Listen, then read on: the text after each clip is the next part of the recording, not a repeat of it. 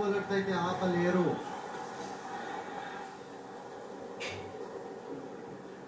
Definite గా అదృష్టం తీసుకుని వచ్చారు. జెమిసన్ చక్కటి కంబ్యాక్ ఇది మాత్రం చూస్తే. అది పొజిషన్ యాక్చువల్గా బహుశా ఆ బాల్ వేస్తాడని ముందే పసిగట్టినట్టున్నాను.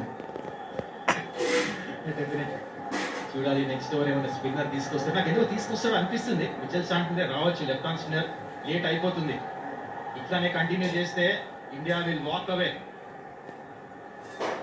లాస్ట్ బాల్ ఓవర్లో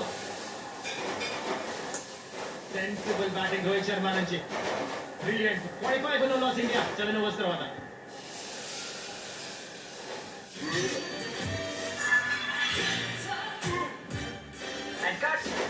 అద్భుతం, తల తిరిగిపోతుంది. అది అద్భుతం. ఆ షేన్ చూడు, ఫినిష్ గోడపైన క్రాక్ లేదు. రాయల్ కిక్స్ క్రాక్ లేని పర్ఫార్మెన్స్ తో అల్ట్రా షేప్ ఇది మీ స్పాటింగ్ పిచ్ చూడగొట్టింది.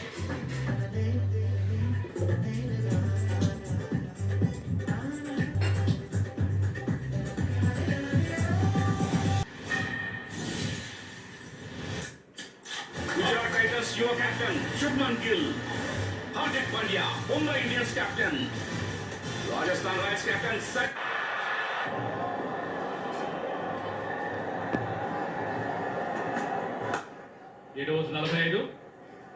రోహిత్ శర్మ సాధారణంగా పవర్ ప్లేలో ఎలా అయితే అల్ట్రా అగ్రెసివ్ గా ఆడతాడో అలా కాకుండా కొంచెం అప్రోచ్ ని కొంచెం అడ్జస్ట్ చేసినట్టుగా అనిపించింది. 30 balls లో 3 4s 2 6s.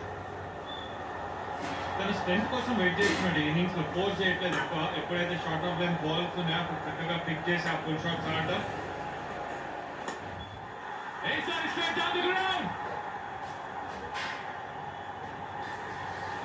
అనుకున్న దూరం వెళ్ళలేదు.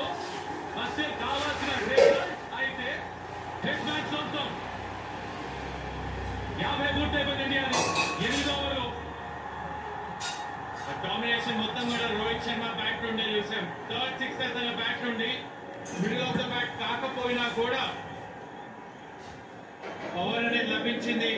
ఆయన సాధించాడు. పవర్ ప్లేలో ఎలాంటి పవర్ తోటి అలానే కంట్రోల్ తో ఆడాలని చూపిస్తున్నాడు Rohit Sharma. Good start team ఇండియాకి. That's the right word, control. వాళ్ళు నియంత్రణ చూపిస్తున్నాడు బ్యాటింగ్ లో. ఇట్స్ నాట్ అబౌట్ ఏదో ప్రతి బాల్ షాట్ ఆడదాము, T20 ఫార్మాట్ లో ఓడే ఆడదాము, ఏదైతే యూజువల్ గా చూస్తామో అలా కాకుండా కొంచెం మార్చాడు అప్రోచ్ ని.